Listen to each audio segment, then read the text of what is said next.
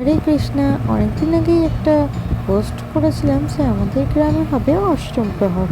তো অষ্টম প্রহরের তোড়জোড়া শুরু হয়ে গেছে আজকে থেকে, যেহেতু অষ্টম প্রহর স্টার্ট করে আজকে যে অধিবাস, তো অধিবাসের পর্ব। তো দুপুরবেলা ঠাকুরতলা এসে দেখলাম যে সাজানো চলছে, আর তারপরে তো বিকালবেলা আমি সেজে গুজে পুরো রেডি হয়ে গিয়েছি।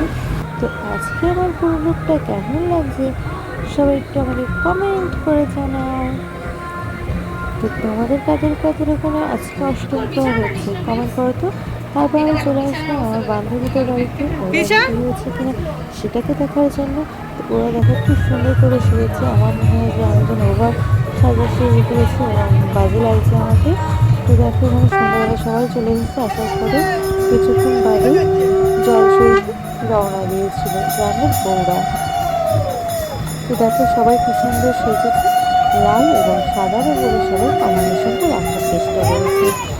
যেহেতু অষ্টম প্রহর বলে কথা, সেখানে সামনে যাচ্ছিল যারা গ্রামের বউরা, সে একটা পালন করবে, এবং তারপরে যাচ্ছিল গ্রামের দলেরা।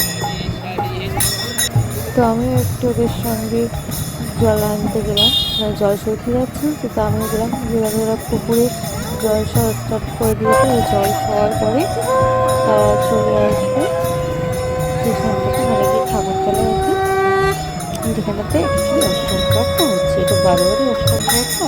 তো ঠাকুরতলায় এসে নামের দল সবাই মিলে প্রবেশ করলো এবং একটা ভালো জায়গা করে দিয়েছিল বসার ওদেরকে। তো সেখানেতেই ওরা হরিনাম সংকীর্তন করেছিল, এবং আমরা তো তারপরে ওখানে বসে বসে ওদের হরিনাম সংকীর্তন শুনলাম। এবং শোনার পরে ভাবলাম যে আমার তো কিছু ফটো তোলা হয়নি, ভিডিও করানো, তো একটু ভিডিও আর ফটোটা তুলে নিলাম। নেওয়ার পরে তো আমরা বাড়িতে চলে গিয়েছিলাম চেঞ্জ করার জন্য। তো চেঞ্জ করে এসে কিছুক্ষণ ঠাকুরতলায় বসে আবার তারপর বাড়ি চলে আসি।